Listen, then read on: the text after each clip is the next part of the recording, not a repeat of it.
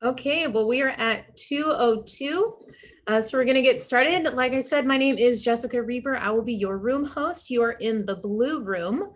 And this session is called Learning from Why. Our speaker today is Tom Hellmann. And if you do not know, he is our illustrious president-elect on the State Board of Directors.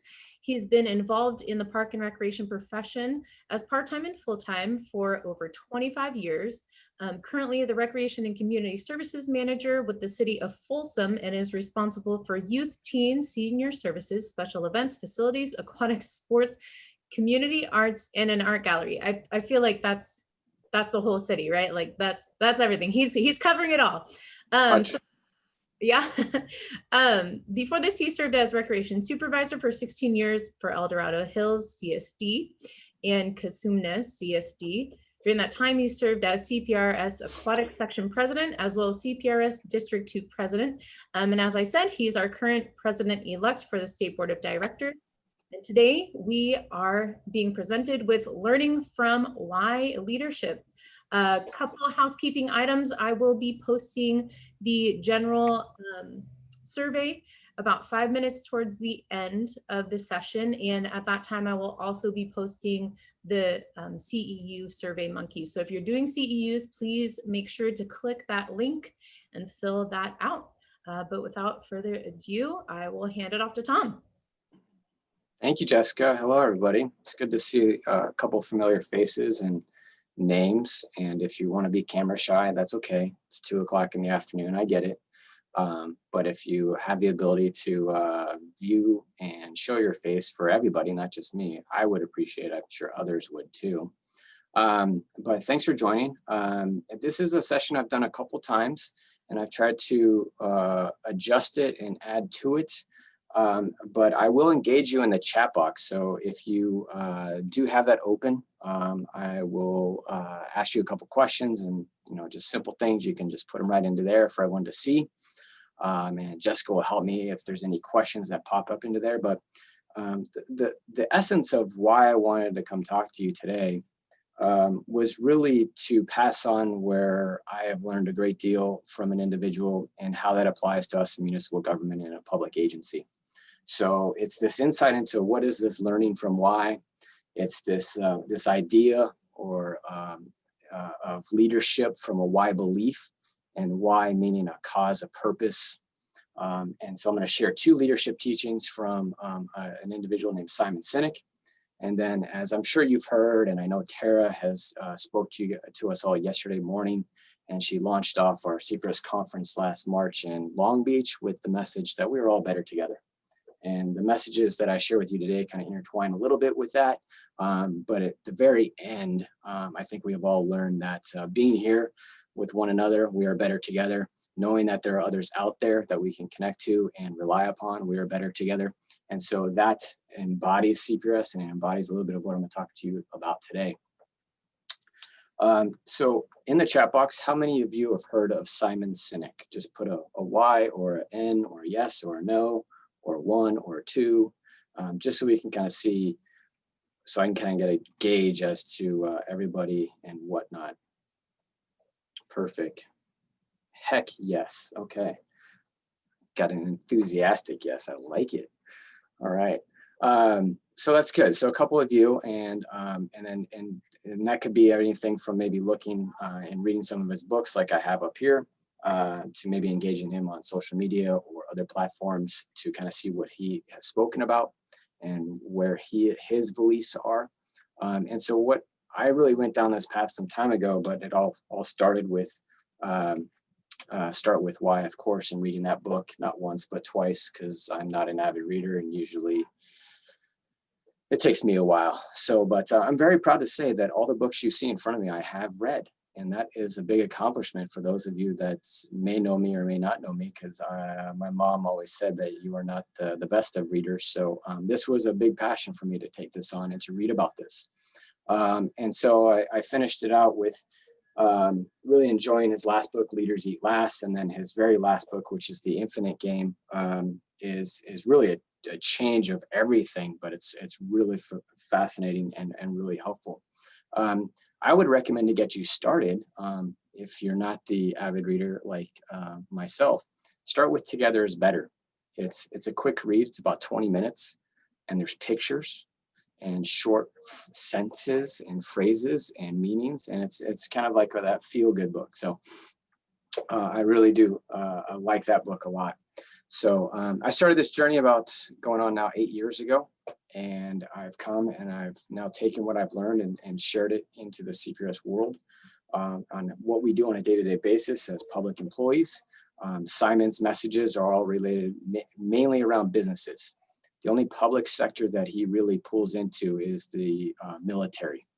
And so for me to pull what he talks about into what we do and how we do it and why we do it is really the epitome of what I'm going to talk to you about today in relation to not necessarily, values and characteristics of what makes a great leader and why you should want to be a leader, but really along the lines of what a leader is, and how you can go about being a better leader, perhaps by just having this belief of why you started to do what you do. So every day I wake up and this is what I think about. And I have this sign in my office here. But what was really ironic about this sign is a day before my 40th birthday, I started a journey with Orange Theory Fitness. And I walked into the studio at Orange Theory Fitness, stepped up on the treadmill, and what was right above me? These phrases. And it never spoke so much to me than it did at that point as I started to slowly walk at that point, and then slowly build up after the last 4 years of being at Orange Theory. Every day I go to Orange Theory, I think about why I started. And it's not for me to be able to run faster, be stronger, or any of those types of things. It's for my own personal health. So I know that I will be here for a longevity of time, knowing that I have 2 small children and a family and friends that I want to be healthy and care for. So that journey is one reason of what I think about when I step on to the treadmill or the floor at Orange Theory. And then how I relate to that to everything else is like, why the heck did I choose to even run for office for CPRS? Why the heck do I choose to say, hey, Danny, I'll help you with the CARES conference and give a session? All of those things always start with, why do I want to do that? And it's not to check a box. And it's not just because I should. It's because it's deep rooted in a foundation of cause, belief, and purpose. So a quick overview for those of you that have no idea what I'm talking about at this point, because you indicated no to Simon Sinek. Simon started with this start with why. And what it really does is it relates to this golden circle. And by either a show of hands or just again in the chat box, yes or no, how many of you know about the golden circle?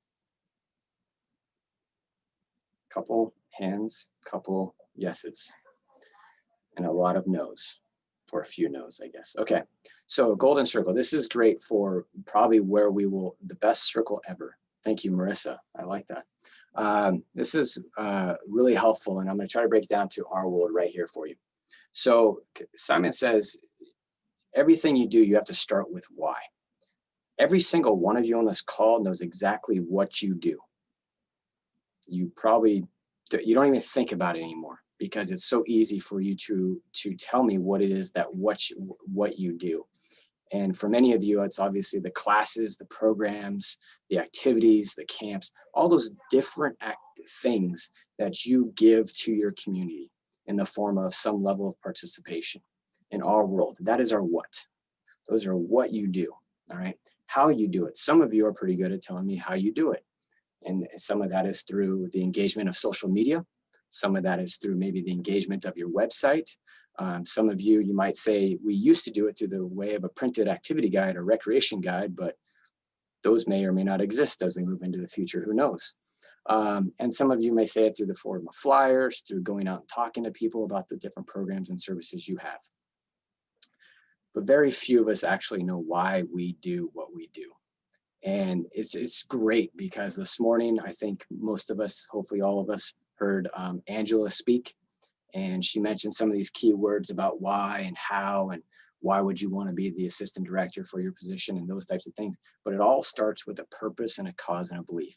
So when someone says, why do you do what you do? Why do you provide recreation services? You have to dig deep. And when you can't find the words exactly, and when those words are really kind of being tripped up to come out, then you know you're on it. But if you just say it's to make somebody healthier and happier, probably not. That's a what. So you really have to look at why you do what it is and what is that purpose that causes the belief. That's a whole other session that we're not going to cover today, but it's at least it's a root of what Simon talks about, because in the end, people will never buy what you do, they will buy why you do it. And how is that true today? Think about that today. All of our what's gone. Very few of us are delivering the same level of what's that we were doing a year ago or 2 years ago. But people still believe in us. They believe in the power that we have as parks and recreation professionals to deliver your clear message, to engage with your people still, right? In the form of offering those limited services that we can, by ensuring that they have access to parks and open spaces, by ensuring they still have a safe place to go play in the community when they're allowed to go outside and play. Those types of things. And we saw it in the late part of spring and early summer. People were attracted to go outside again and to go visit places they hadn't seen. And it doesn't mean that we were seen as not relevant because we couldn't provide recreation activities. Remember, parks make life better. And I know some of us are still stuck up on that term, but parks is what people relate to us as. They see us as park ambassadors, park providers, park service. And it's not the actual park in a playground or a park at a field or a park in an open space.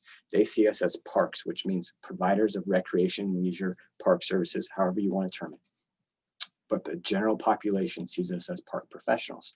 So they will always buy why you do it.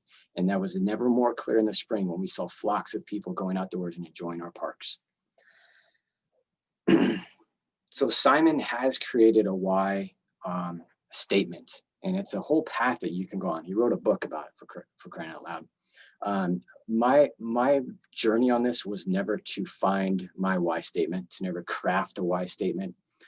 That wasn't the reason I was on this. I've tinkled with it, but I have not come to anything, because that's not what my journey is about. But his why has impacted me, which is why I'm here today. So Simon has a why statement, which is to inspire people to do the things that inspire them so that together we can change our world. Now, why statement has two major pieces to it. It has a contributing statement, so to inspire people. So that's his contribution. And then it has an impact statement, so that together we can change our world. What I love about this is I believe Simon's not talking about the metaphorical world as far as Earth. I believe he's talking about the world in which you live in, and or the community, the society, the rallying of people that you have within that, well, let's just use the word cohort, that allows you to be inspired to do the work that you want to do and why you want to do that work. So he's inspired me to learn from what he has to say, and then take that to then pass it on to you and fellow friends and colleagues as to why our world can be better because of the work and of the work that we do. So we're going to dive in. I have a couple of video clips that I like to share. And so what I do is I'll share these and we'll have a little conversation about them. This first one's about 1 minute and 30 seconds. It really is Simon's definition of what it means to be a leader. And I think it's very valuable to us at this point. So let me stop sharing this one and give me just a second here while I transition. Oops.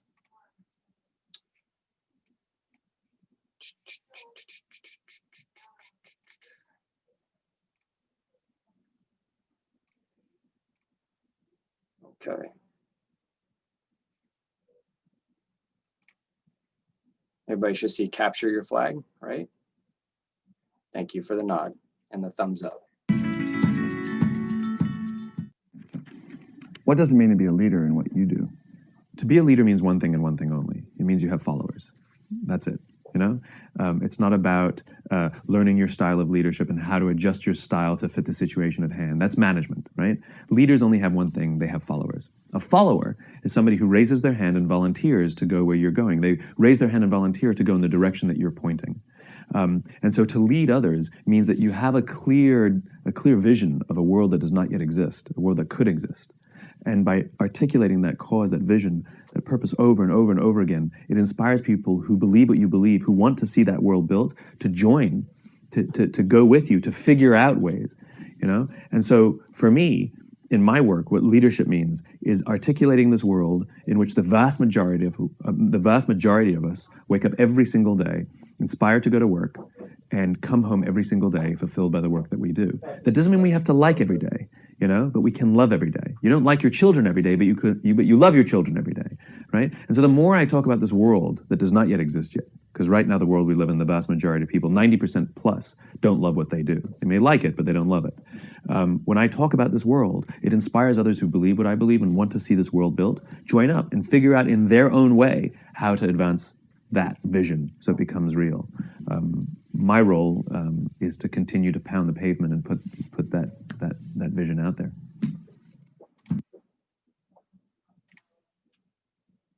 Okay, so let me get back to this.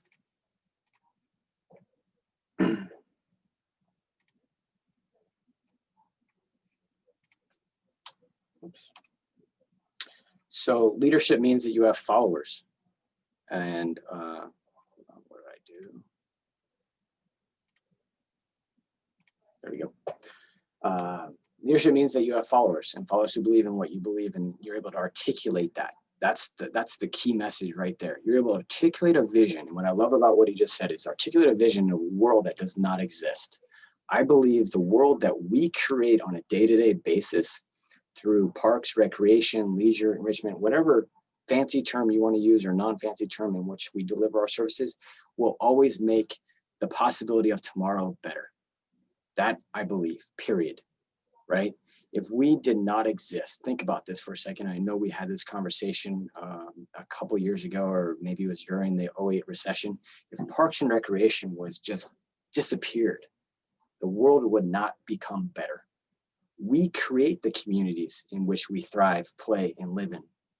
So there's no way in which the services we deliver cannot be seen as essential, critical, vital. You name it, we deliver it, because that is what I believe, that is what Simon is saying as well, is that if you're able to articulate that, it means you're able to stand up and speak to the folks that are decision makers. And I'm not talking about council members and so forth. I'm talking about people within your own department, about advocating and to mention and to share your belief as to what it is and why you believe that. That's the key message. You have to articulate why, not because look at our camp has 100 people in it. Look at how great that is. That is why we are in existence. No, that's an activity and you just named a what that gave you data analysis, and data can be shredded apart any which way you want. But if you give your purpose, your cause, your belief, and your inspiration and your feelings as to why, and you get those testimonials from mom that says, Johnny loved today. Thank you for allowing him to participate with his friends and bringing this camp to life. Zero data in that other than Johnny loved today. Every council member, every person is going to eat that up. But the moment you give data, everybody wants to compare data. Stay away from data. Data is useful in some campaigns, but not in this particular session. So you think about some of the great leaders, and Simon references them in some of his books. Steve Jobs, Apple CEO, right? Created the greatest piece of device that many of us use. Wrong. He had a vision to create a sleek and wonderfully engineered device that can be used by everybody. Steve Jobs never touched it, never created it. His engineers did. He created the vision. His engineers are the how people that developed that product. Steve Jobs never developed the Apple iPhone. He only had the vision for what it could be. How many of you have flown Southwest lately or in the last 3 years? Herb Keller, the founder of Southwest, had a vision to develop air travel for the common man, woman, and now child that was affordable and reliable. He started Southwest with 2 routes out of Texas. Southwest has how many routes now and all over the country and outside the country, right? But he wanted to make flying affordable for the everyday man at the point. Man was traveling a lot. Sorry, women. But now man, woman, and child. Think about how many men, women, and children you see on a Southwest flight every day, right? So again, Herb Keller had a vision. I want to create air travel for the common person, for the common man, common woman, common child. He did that. And CEO after CEO after Herb Keller kept that vision alive by doing that. So I asked, what do you believe? What is your vision of the future in which you wake up every day to get dressed, have your routines, and go to work? Many of you probably right now maybe don't love your job. Not sure. I don't think that's even a fair question to ask at the moment. But if you think about it, will you ever get to a point where you love your job? And this is a silly question to ask, but it's something that Simon does ask. If you don't love your job, then why do you keep doing it? And what is it that you control that you can change to maybe start to like your job again, to enjoy your job again, and to eventually find love and passion in your job again?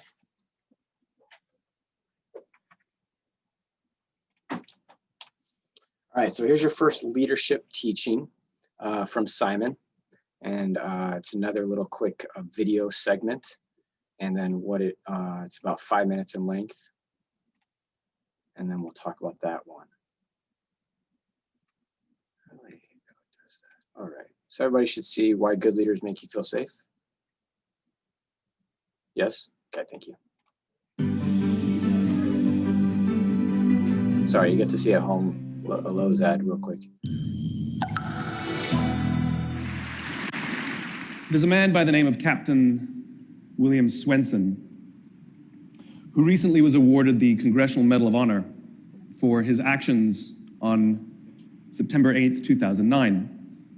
On that day, a column of American and Afghan troops were making their way through a part of Afghanistan to help protect a group of government officials, a group of Afghan government officials who'd be meeting with some local village elders. The column came under ambush and was surrounded on 3 sides. And amongst many other things, Captain Swenson was recognized for running into live fire to rescue the wounded and pull out the dead. One of the people he rescued was a sergeant, and he and a comrade were making their way to a medevac helicopter. And what was remarkable about this day is, by sheer coincidence, one of the medevac medics happened to have a GoPro camera on his helmet and captured the whole scene on camera. It shows Captain Swenson and his comrade bringing this wounded soldier who'd received a gunshot to the neck.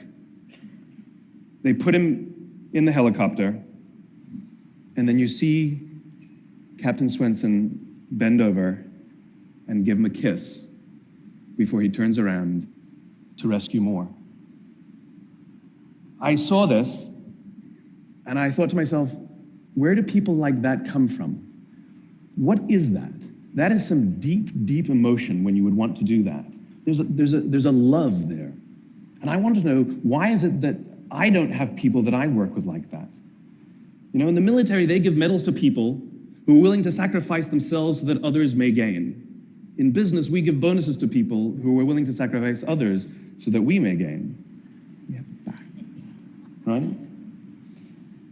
So I asked myself, where do people like this come from? And my initial conclusion was that they're just better people. That's why they're attracted to the military. These better people are attracted to this concept of service. But that's completely wrong. What I learned is that it's the environment. And if you get the environment right, every single one of us has the capacity to do these remarkable things. And more importantly, others have that capacity too. I've had the great honor of getting to meet some of these who we would call heroes, who've put themselves and put their lives at risk to save others. And I asked them, why would you do it? Why did you do it? And they all say the same thing, because they would have done it for me. It's this deep sense of trust and cooperation. So trust and cooperation are really important here. The problem with concepts of trust and cooperation is that they are feelings, they're not instructions. I can't simply say to you, trust me, and you will. I can't simply instruct 2 people to cooperate, and they will. It's not how it works, it's a feeling. So where does that feeling come from? If you go back 50,000 years to the Paleolithic era, to the early days of Homo sapien, what we find is that the world was filled with danger. All of these forces working very, very hard to kill us. Nothing personal. Whether it was the weather, lack of resources, maybe a saber-toothed tiger, all of these things working to reduce our lifespan. And so we evolved into social animals, where we live together and work together in what I call a circle of safety. inside the tribe, where we felt like we belong. And when we felt safe amongst our own, the natural reaction was trust and cooperation. There are inherent benefits to this. It means I can fall asleep at night and trust that someone from within my tribe will watch for danger. If we don't trust each other, if I don't trust you, that means you won't watch for danger. Bad system of survival. The modern day is exactly the same thing. The world is filled with danger, things that are trying to frustrate our lives or reduce our success, reduce our opportunity for success. It could be the ups and downs of an economy, the uncertainty of the stock market. It could be a new technology that renders your business model obsolete overnight. Or it could be your competition that is sometimes trying to kill you. It's sometimes trying to put you out of business, but at the very minimum is working hard to frustrate your growth and steal your business from you. We have no control over these forces. These are a constant and they're not going away. The only variable are the conditions inside the organization. And that's where leadership matters, because it's the leader that sets the tone. When a leader makes the choice to put the safety and lives of the people inside the organization first, to sacrifice their comforts and sacrifice the tangible results so that the people remain and feel safe and feel like they belong, remarkable things happen. I was flying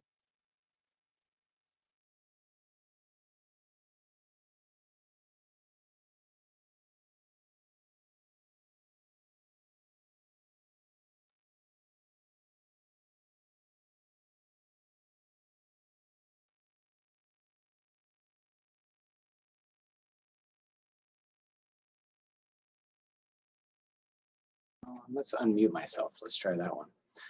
There's a good button, didn't remember. So how many of you feel that you work within a safe circle in your organization? That you know you have leaders that look after you to ensure that you survive. And if you don't, that's what we call culture, right?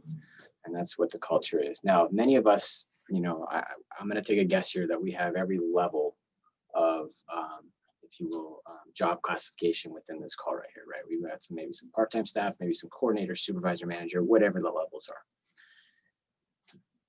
We're not the person sitting at the top that we would necessarily look to as the leader, right? But remember, leader isn't about the person with authority, because actually all of us are leaders. Whether you believe it or not, all of you are leaders, because here's what I believe. A leader looks after the person to the right of us and the person to the left of us. And they sacrifice themselves so that others may gain. All right. And I believe from some of you that I know and some of you that I don't know, but just by taking the time to come to the CARES conference and your ability to be involved with CPRS and the work that you're doing in your own communities, you are leaders. All right. This isn't about authority. This is about interacting as a leader. So many of us don't have top-down authority in our organization, but we have the ability to influence our organization and our circle, all right? And to drive content and material and conversation surrounded around safety in the workplace. And what does that mean, right? So that's where you can. So those of you that raise your hand that you feel safe, that's wonderful. I'm guessing many of you probably aren't going to raise your hand because you don't feel safe to do so, that you don't feel safe, and that's fine too, all right? But at the very least, we are all in the circle, and we're all having the ability to drive the factors that keep us away from those dangers. The current dangers of today probably are how safe do you feel about your job? How safe do you feel about the programs and activities that you're doing? How safe do you feel about your family and the health and the safety of your family? I mean, we can have a whole session just on that one, right? But it's pretty remarkable about this, all right, in terms of the vast majority of our leaders need to create this, and they do it through trust, a feeling and emotion. And for those of you on this call that are probably in a relationship, maybe married, non-married, doesn't matter, but you're in a relationship, I'm pretty sure you would put trust at the very top of the success of that relationship. For some reason, we don't talk about the T word within the workplace. And we need to, because we can't just assume that it's there. So Captain William Swenson, I would love to meet at some point in my life.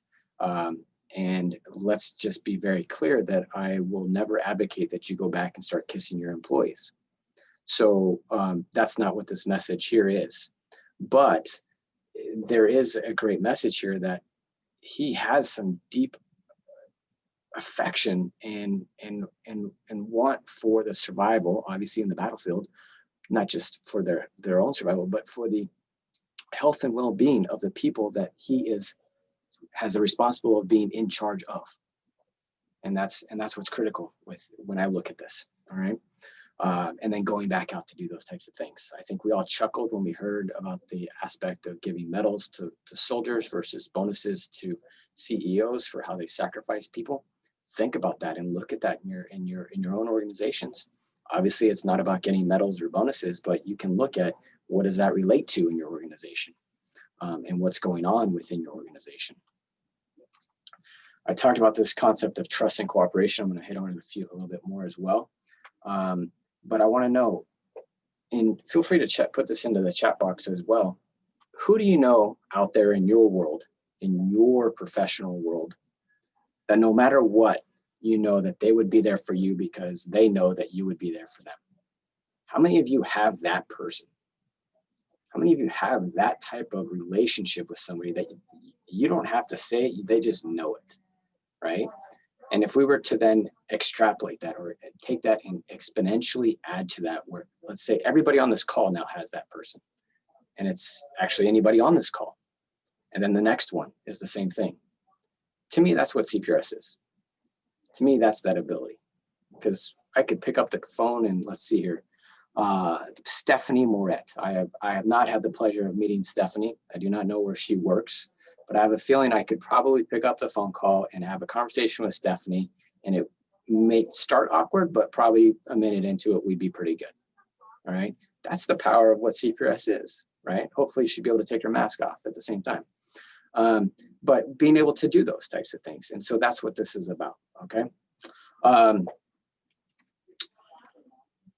So trust. This quote means so much. And again, we talked about it as far as in the workplace, we don't seem to have this conversation about trust as much as we should. And so a team is not a group of people that work together. A team is a group of people that trust each other.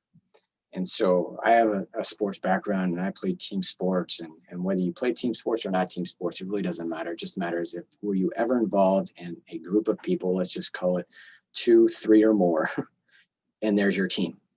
It could be anything. But in the deep root of it, did you trust those individuals? And for many of us that did play team sports, absolutely. You trusted your fellow teammate. You never said it out loud, but you did. And I think that's what I'm getting to, is we need to bring this more into vocal. We need to say these things more out loud. We need to be able to say, you know what, we had a great job. We did a great job at this last event, not because we worked well together, but because we trusted one another. You know, that tone right there changes it. Of course we work well together. Who's going to not believe that we're not going to work well together? But when you say that we trusted one another, that's a whole other level. Right. And so that's going to be, if that doesn't get picked up as you continue to reinforce that, you know, don't expect the unexpected, say it one time and blow someone's doors off. You're going to have to repeat yourself. You're going to have to say it a few times. So remember, the thing with trust, and you relate it back to any relationship that you have, is it is the foundation of a relationship. You work in establishing trust, and trust takes time and it takes patience. And the worst thing about it is it can be gone in a matter of a split second. For your attitude, for your lack of action, for your poor choices, anything. And that's what we don't want. So we're trying to constantly reinforce trust through our organization.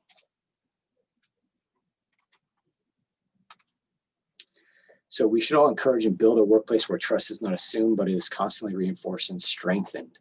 So in your workplace right now, someone give me in the chat box, give me some examples of what has been done lately in your organization in which you would say that is a workplace in which we are building or reinforcing trust. So in the chat box, a couple things that are going on in your organization so that I can take a brief liquid hydration break.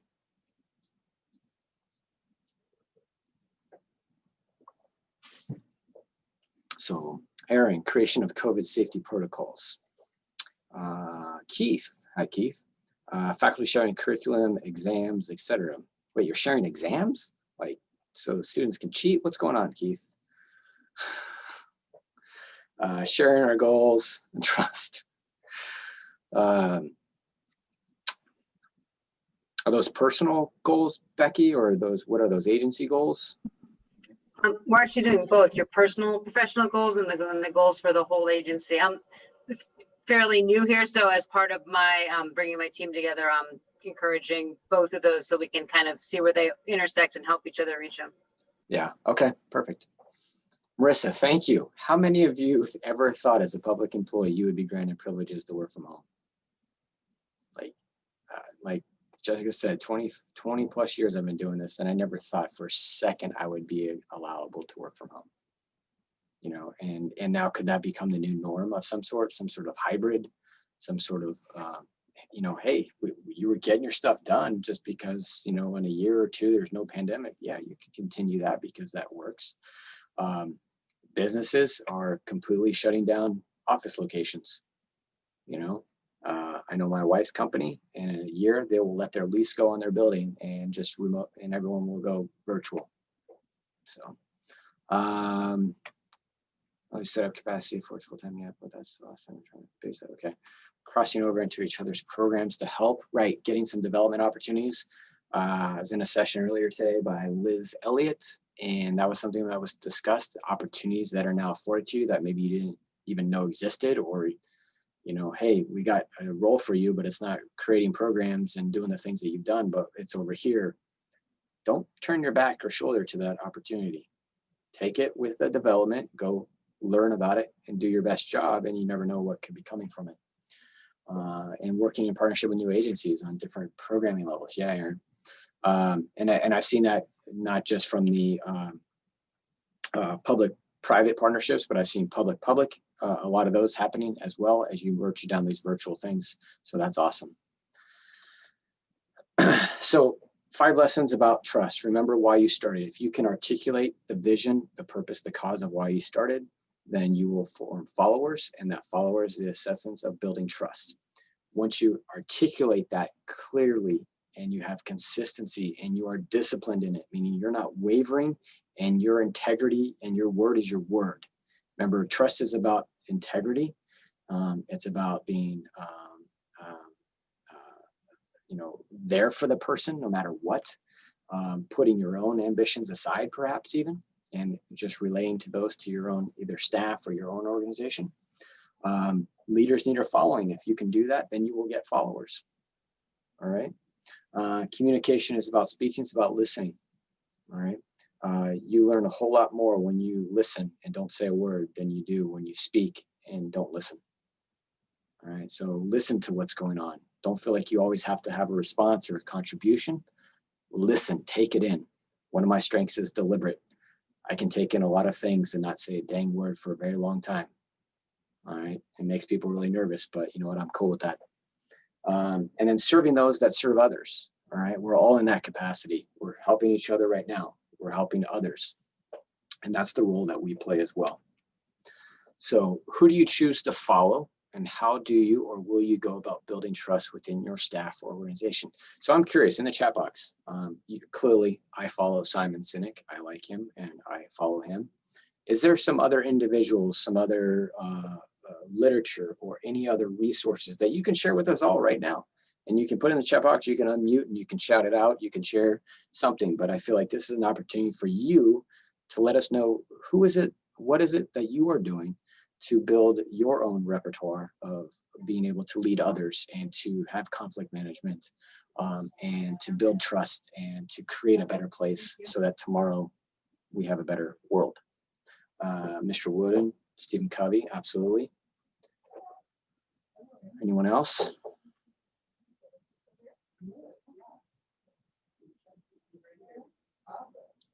I'll give you extra brownie points if you put my name out there. No, I'm just kidding. Aside from Knight Rider, it's on Amazon. I've been dealing Dan Heath. I mean, Dan Heath. I'm not familiar with Dan Heath. Bran Brown. Ooh, these are some very interesting. Do we have, Jessica, do we have the ability to keep chat information? I believe, yeah, after, because we're saving the recording, I think it's August. Okay. Upstream made to stick switch. Perfect, perfect. Okay. Thank you. Sometimes I just like to steal from you all too, because I'm always the student, not necessarily the teacher all the time. So this is another quote that Simon has said that I really stick to because it changes the terminology. So it's not about being in charge, that's authority. Leadership is about taking care of those in your charge. So being responsible for another human, other people, all right? And that's what this is really about.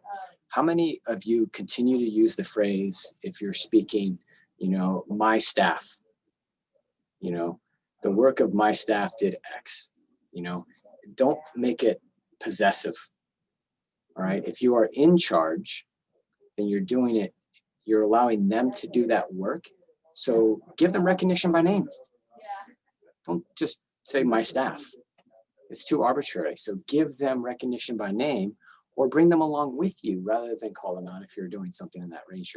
I really try to pick up on words and terminologies I use. And I don't like to say in conversations, well, that's the work of my staff. I don't own my staff. So I take charge of my staff and I provide them those opportunities. So think about some of those terminologies.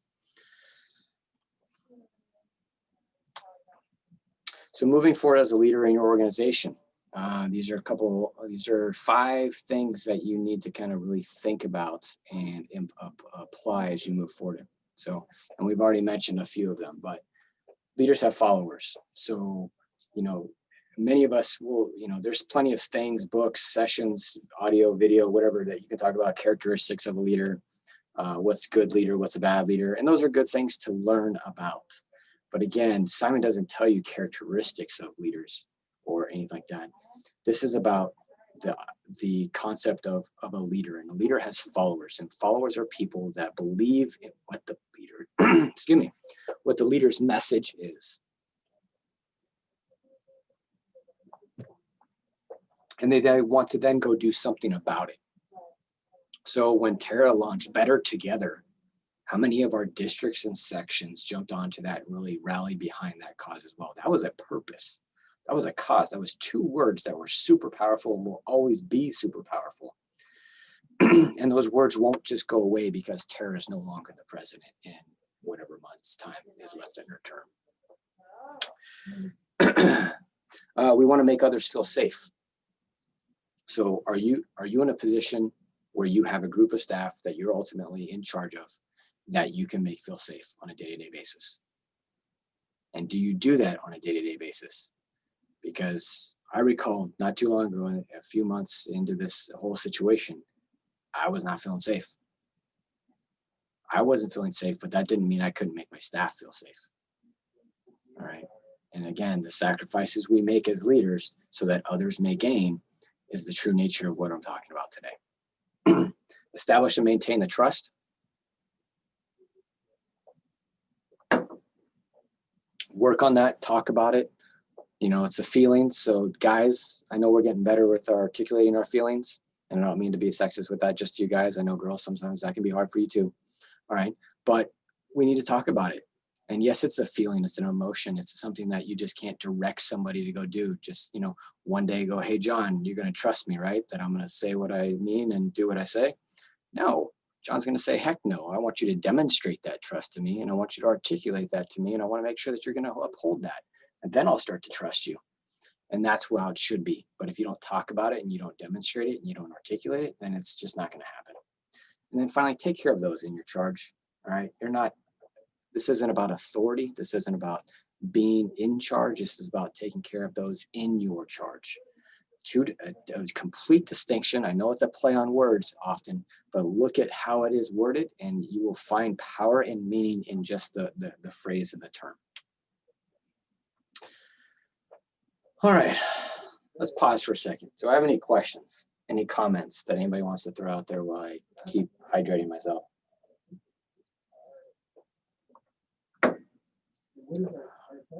Talking virtually can be a challenge. You guys should try it. All right, so let's, I'm gonna give you one last thing that I found from Simon And let's see here. So this was the most important trait of leader. Now I know I just talked about, Simon doesn't talk about traits and characteristics of leader. Well, wrong, he does.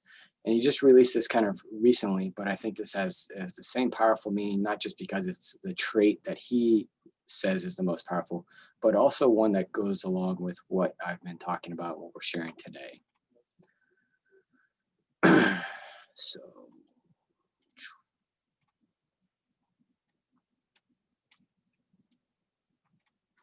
all right.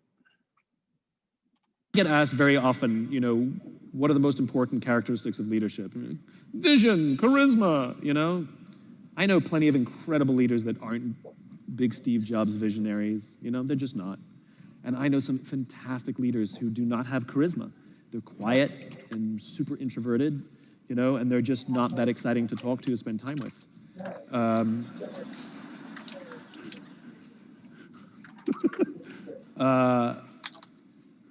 When I say charisma, I mean the traditional definition of it, which is more about energy. I believe charisma is undying belief in something, and that they have in spades. But I think courage is the one thing that all great leaders have to have, because we are surrounded by overwhelming forces every day of our lives pushing us to play the finite game. You know, if you're a public company, the markets, all they want for their own selfish gain is for you to make short-term decisions. The pressures are overwhelming. If you're a numbers-driven person, the pressures are overwhelming. If you're in survival mode, the pressures are overwhelming. If you have a spouse who spends more money than you can make, the pressures are overwhelming.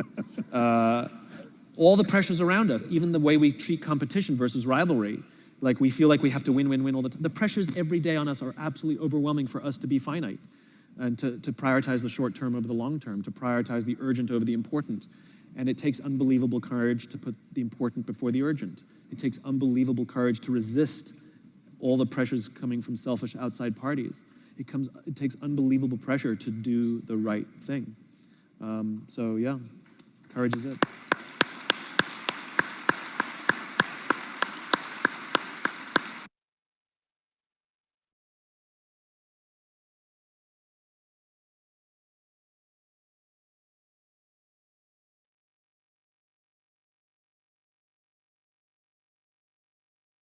And unmute. So he does talk about a trait, and it's courage. And so here's how I relate that. It's courage and to discuss and defend your belief to others that don't understand. So many of us will come up with whatever that cause, that purpose, that belief is, and you're going to feel timid to express that. You're going to feel like, is it right? Maybe I'm wrong. Maybe others won't agree with me. And do you have the courage to still articulate it, because it's your belief? It doesn't matter if I agree with you or not. It's your belief. I will at least have the respect to listen to what you say. And we're not going to be talking, hopefully, about anything that's super over the top where we're going to get into a battle about, but it's going to be your cause, your belief of it. All right. So do you have the courage to do that? Do you have the courage to take that cause and belief and talk to your staff and to articulate and to fold it into the everyday environment? Do you have the courage to take that to your director, your manager, or whomever to be able to do that? Do you have the courage to accept failure along the way and acknowledge it so that you may learn and grow? Those are the things. Like, we all have to take steps. Sometimes we have to take steps not knowing if we're actually going to land on something. Do you have the courage to do that, to go out on a limb in support of others that are in your charge? That, to me, is what's going to define great leaders from leaders that maybe have authority or leaders that are just starting. That's the progression, the evolution of leadership right there. The courage to step out, to support others that don't have that yet, and to know that they can trust you and you can bring them with you, or you can go with them, however that's going to make them. But in the roles that we have in our agencies, we all have people all over the place, all right? And you have to identify, well, who can I pull? Who can I push? Who do I need to go with? and who do I trust to go on themselves, right? And that's the dynamic role of being a leader in public, municipalities. It's just that every part that changed. So as I said in the beginning, Simon's inspired me because I believe in what I believe. I've adapted it both into my, it's to say your personal and your professional life, you have one life. They seem to blend and cross over a lot, but you have one life. But for me, I really do believe that all of us here today, for every day that we provide vital service, it is producing the prospect of a better tomorrow. Absolutely. That is never more evident than when I'm able to put my own children in programs and I see the growth and progression they have. It's more evident when I'm in programs and I see other children or talking to parents that are involved or adults, your seniors. How many of you are, that operate senior centers are worried about your seniors right now and have been worried about your seniors? Like if you weren't, I'd almost call you heartless, but I know that you aren't. And I know that you are worried. It's just that we all can't do everything. And we aren't superheroes as much as everybody wants us to believe that we are, because, when something needs to get done, who do they go to? Parks and Recreation Department. And so then we become superheroes and we make it happen. But for every day that we're doing this, and again, this isn't just the recreation activities you're creating and producing, it's the ability for kids to go into a park, an open space, use a trail, all those different accessible ways and means that they can enjoy parks and recreation. So that's what we have at our abilities too. So I'm going to close with one of my favorite quotes from Simon, and it comes out of his Together Better books. And then we'll come back to a couple questions I saw. So again, this book has lots of pictures and quick short sentences, so it's a great little read. But most of us live our lives by accident. We live it as it happens. Fulfillment comes when we live our lives on purpose. I would definitely say many years ago, I just lived my life as it happens. I had no purpose. I had no true meaning or cause. I mean, I was happy, I guess you'd say, but happiness and being fulfilled are two different things. And so now my level of fulfillment comes by my joy of providing to others, by having purpose, by giving back as I do here today, through my involvement with CPRS, through my involvement in my community and the work that I do. And I don't live a life that just happens. I live it with fulfillment and purpose. And everything that I do, before I do it, I ask, why should I do it? And it's not as simple as yes or no. It has to come with that level of purpose. So there was a question from Aaron. Let me scroll back up here. And if there's any other questions, just go ahead and unmute. And right now I'm going to pop up those different links that you need. So those are going up right now. There's the session evaluation for everyone, and then the CEU evaluation if you're taking CEUs. Perfect. Thanks, Jessica. So Aaron asked, servant leadership is such a powerful way to go. How do you suggest your staff ask for more support from their managers?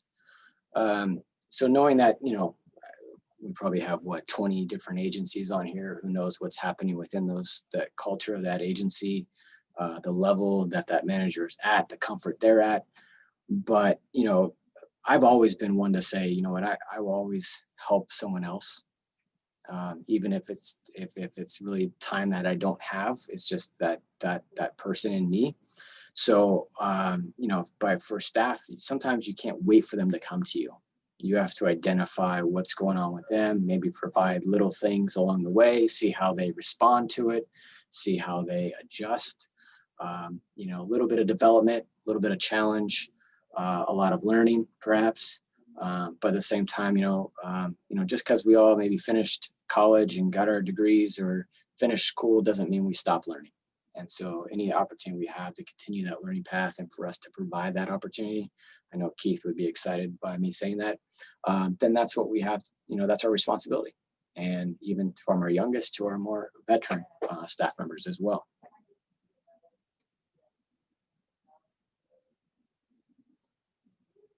Any other questions that came out? Nope, I don't see any there. Okay, I have the last quick survey for you. Something hopefully a little bit fun. since it's Wacky Mug Day, right? How many of you have your mug with you? Anybody? Couple? Okay. I hate to do this to you, but hopefully you paid attention. Thanks to Jen for the updated links. Sorry that the ones that I sent did not work earlier. I just posted the better links. Perfect. So how many different Wacky mugs or glasses did I drink from during the session? Because I was drinking from more than one. So any guesses?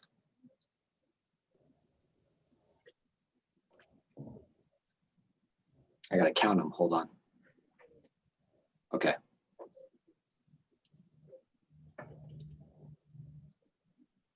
Kind of, either you're guessing or you actually did watch me do that. That's pretty impressive, good job.